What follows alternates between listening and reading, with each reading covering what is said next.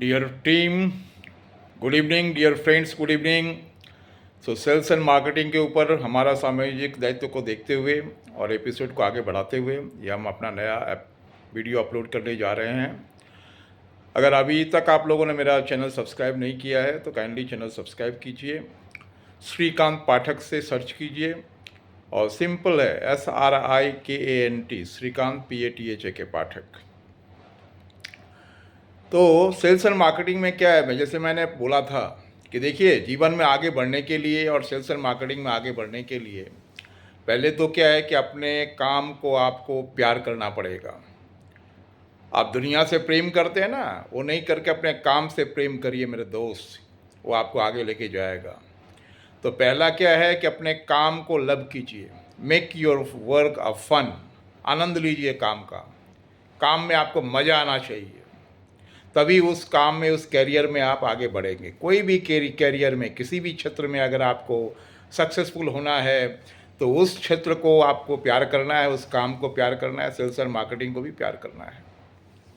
और आपका एक गोल होना चाहिए, लाइफ में एम होना चाहिए।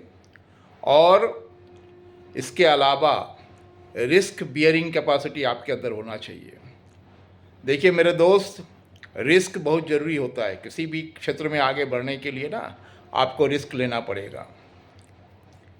ये जैसे मान लीजिए कोई भी डिस्ट्रीब्यूटर है, ये दुकानदार को माल देता है ना उधारी में, तो भी तो रिस्क ले रहा है। पैसा आएगा कि नहीं, उसका कोई गारंटी नहीं है। आ गया तो बढ़िया बात है, नहीं तो बैड डेट भी हो सकता है। तो रिस्क तो लेना ही पड़ता है। और बिजनेस में रिस्क तो सबसे इम्पॉर्टेंट पार्ट है। जैसे कैपिटल इम्पॉर्टेंट पार्ट है, capital is called the life blood of a business. उसी तरह without risk there is no gain. तो लाइफ में आपको रिस्क लेना पड़ेगा।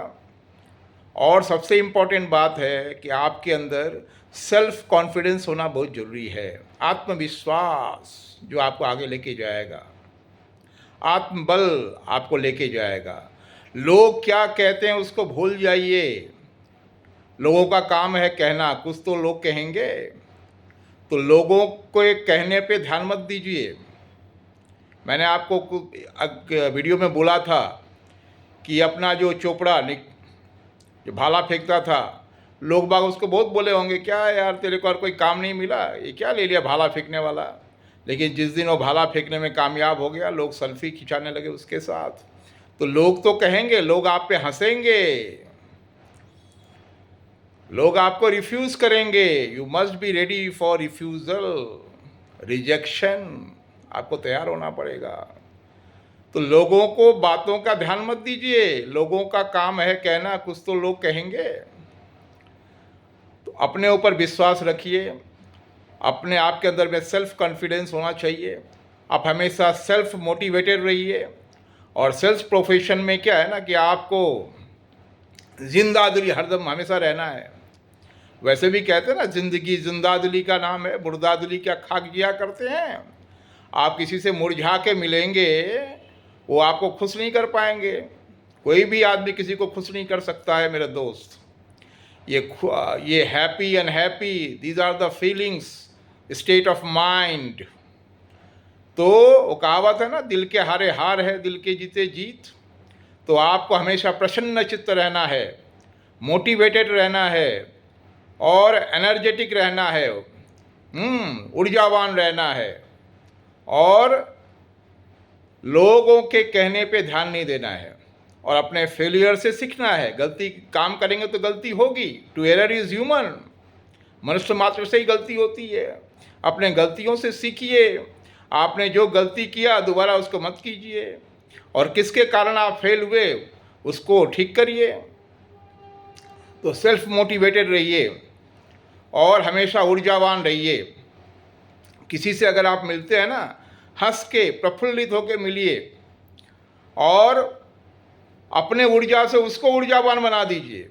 इतना आप उत्साहित रहिए, इतना एनर्जेटिक रहिए कि आपसे मिलके अगर कोई मुरझाया हुआ आदमी है ना, उसमें भी जान आ जाए।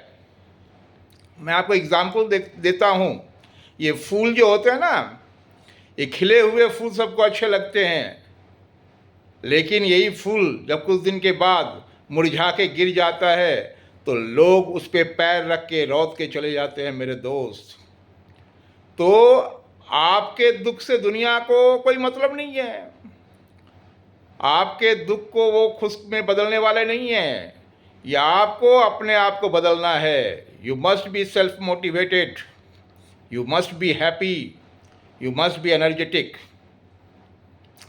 तो ये जो गुण है आपके अंदर होनी चाहिए मेरे दोस्त। हमेशा प्रफुल्लित रहिए।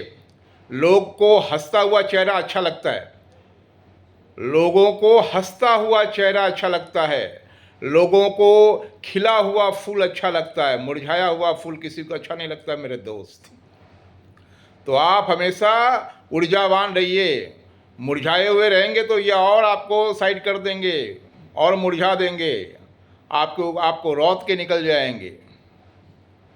तो जैसे मैंने कहा कि हमेशा सेल्फ मोटिवेटेड रहिए, और आपके अंदर में सेल्फ कॉन्फिडेंस होना बहुत ज़रूरी है। आत्मबल, आत्मविश्वास, धैर्यवान होना चाहिए, आपको अंदर में धैर्य होना चाहिए। Patience is very important. मैं बार बार बोलता हूँ, Rome was not built in a day. Patience चाहिए। जितने भी लोग बड़े हुए हैं ना, उन्होंने सतत प्रयत्न किया है। प्रयत्नशील रहिए। Give your efforts, because efforts are in our control, results are not in our control. और as per Gita, the holy book of Hinduism, कर्मण्येवाधिकारस्ते मा फलेषु कदाचन।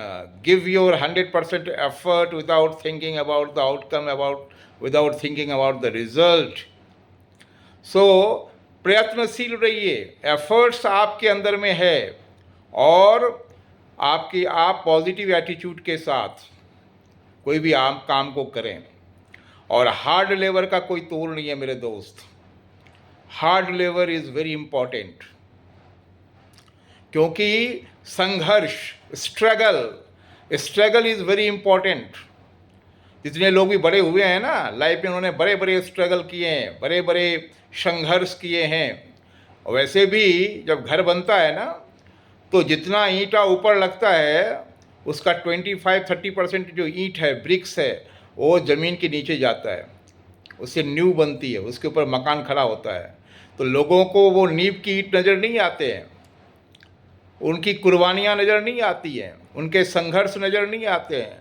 लोग देखते हैं, अरे यार ये तो बहुत पैसा वाला है, इसके पास इतने गाड़ी है, बारी है, लेकिन वो नहीं देखते हैं कि इसने संघर्ष कितना किया है। लोग जब सो रहे थे, वो 24 घंटा काम कर रहा था, 12 घंटा काम कर रहा था। आज नरेंद्र मोदी वर्ल्ड लीडर कैसे हो गए? सिर्फ 4 घंटा सो के। उन्होंने अपना जीवन राष्ट्र के लिए समर्पित कर दिया है। कितने हमारे यहाँ नेता थे जो राष्ट्र के लिए अपना जीवन समर्पित किए, सब अपना घर बारी बनाने में लग गए। हाँ, ये देखिए मिस्टर केजरीवाल, कितने बड़े मकान बनाए दिल्ली में, और जो भी नेता हैं वो अपना बेटा बेटी को सेट करने में लगे हुए हैं। राष्ट्र का चिंता किसको है? तो युगांतर पुरुष कोई कोई आते हैं, कभी कभी सदियों में पैदा होते हैं। तो आपको भी अपना जो एम है, गोल है, उस पर नज़र टिका के रखिए और उसके तरफ आगे बढ़िए, क्योंकि destination is very important. You must decide your destination, you must decide your target, your goal, your objective, and accordingly you will have to give your effort to reach the destination. पहले तो आप destination decide कीजिए कि आपको कहाँ जाना है, दिल्ली ना कलकत्ता ना बम्बे ना मद्रास, तभी तो आप उसके लिए ट्रेन, बस, प्लेन पकड़ेंगे। तो पहले डेस्टिनेशन डिसाइड कीजिए, उसके हिसाब से अपना रोड मैप तैयार कीजिए, और उसके हिसाब से आप अपना आगे बढ़िए, है कि नहीं? क्योंकि डेस्टिनेशन तो आपका होना चाहिए, गोल आपका होना चाहिए, ऑब्जेक्टिव आपका होना चाहिए, उसके हिसाब से आप एक्शन प्लान डिसाइड करेंगे।